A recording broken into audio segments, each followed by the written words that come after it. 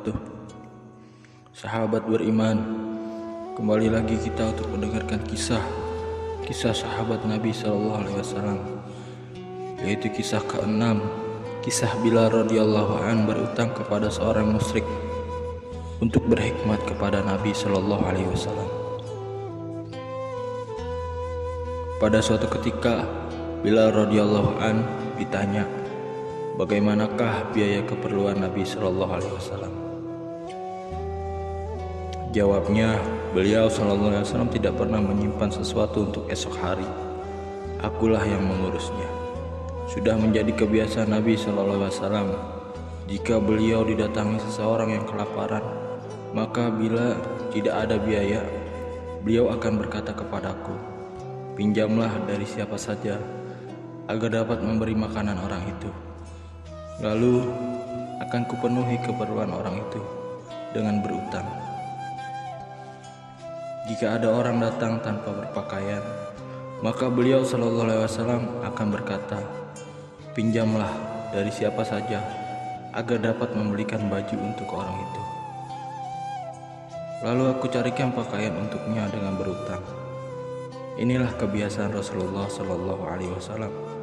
Pada suatu hari, seorang musyrik datang menemuiku. Ia berkata, aku telah memperoleh banyak rezeki. Jika kamu perlu uang, janganlah meminjam dari orang lain, pinjamlah dariku. Aku senang dengan tawaran itu. Aku pun meminjam uangnya untuk keperluan Nabi SAW. Suatu ketika, setelah aku berwudu untuk azan, tiba-tiba datanglah orang musyrik itu dengan sekelompoknya. Ia berteriak, hai orang Absi. Aku pun menoleh lalu menjumpainya. Ia langsung memaki dan berkata kasar kepadaku. Katanya, tinggal berapa hari lagi bulan ini? Jawabku, sudah hampir habis. Ia berkata, bulan ini tinggal 4 hari lagi. Jika kamu tidak membayar utangmu dalam 4 hari ini, maka aku akan menjadikan dirimu sebagai budakku, dan kamu harus mengembalakan kambing seperti dahulu. Setelah berkata demikian, ia pun pergi meninggalkanku. Sepanjang hari aku sangat sedih memikirkan hal itu. Setelah sholat isya, aku mendekati Nabi SAW. Kuceritakan seluruh kejadian tersebut kepada beliau. Aku berkata, ya Rasulullah, sekarang engkau tidak memiliki apapun untuk melunasi utangku. Aku juga tidak memiliki apa-apa untuk membayarnya. Si musyrik itu pasti akan menghinaku lagi. Oleh karena itu, izinkan aku akan pergi dari sini sampai mendapatkan uang untuk membayar utang itu. Jika engkau memanggilku, aku akan segera datang. Setelah kuucapkan hal tersebut kepada beliau SAW, aku segera pulang. Kupersiapkan pedang, perisai, sepatu, dan barang-barang lainnya untuk keberangkatan esok pagi. Ketika subuh hampir tiba, datanglah seorang dan berkata, cepatlah, Nabi ingin menjumpaimu. Aku segera pergi. Setibanya di sana, kulihat ada 4 ekor unta penuh dengan muatan sedang duduk. Nabi SAW bersabda, ada kabar gembira untukmu, wahai Bilal. Allah memberikan karunia-Nya untuk membayar utangmu. Ambillah unta-unta ini beserta muatannya. Barang ini telah dikirim sebagai hadiah untukku dari pemimpin kaum Fadak atas nazarnya. Aku pun mengucapkan rasa syukur kepada Allah SWT. Lalu segera aku bayar semua utangku. Pada saat itu Nabi SAW masih menunggu di masjid. Aku kembali ke masjid menjumpai Nabi SAW. Aku berkata, alhamdulillah, dengan berkah engkau utangku dapat terbayar, ya Rasulullah. Dan sekarang tidak ada lagi utang yang tersisa. Beliau SAW bertanya, apakah masih tersisa barang-barang itu? Sahutku, iya, ada sedikit tersisa. Nabi SAW berkata, sisa barang-barang itu pun harus kamu bagikan sampai habis, sehingga aku dapat tenang. Aku tidak akan pulang sebelum barang itu habis dibagikan. Allahu Akbar. Kemudian aku pergi untuk membagikan barang tersebut. Setelah sholat Isya, Nabi SAW bertanya kepadaku, apakah masih ada sisa dari yang kukatakan tadi? Jawabku, ada sedikit sisa, belum datang yang memerlukannya.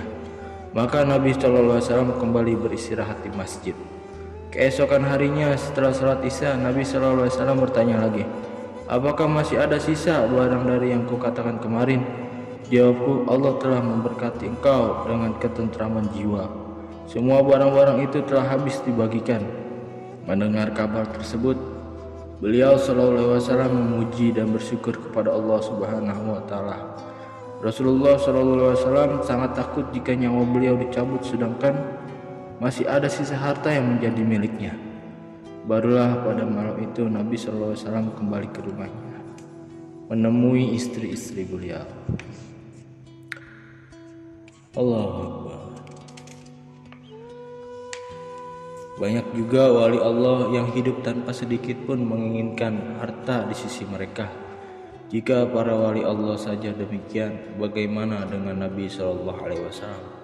Sebagai pemimpin para anbiya, pemimpin para aulia, beliau betul-betul ingin agar dirinya bersih dari keduniaan.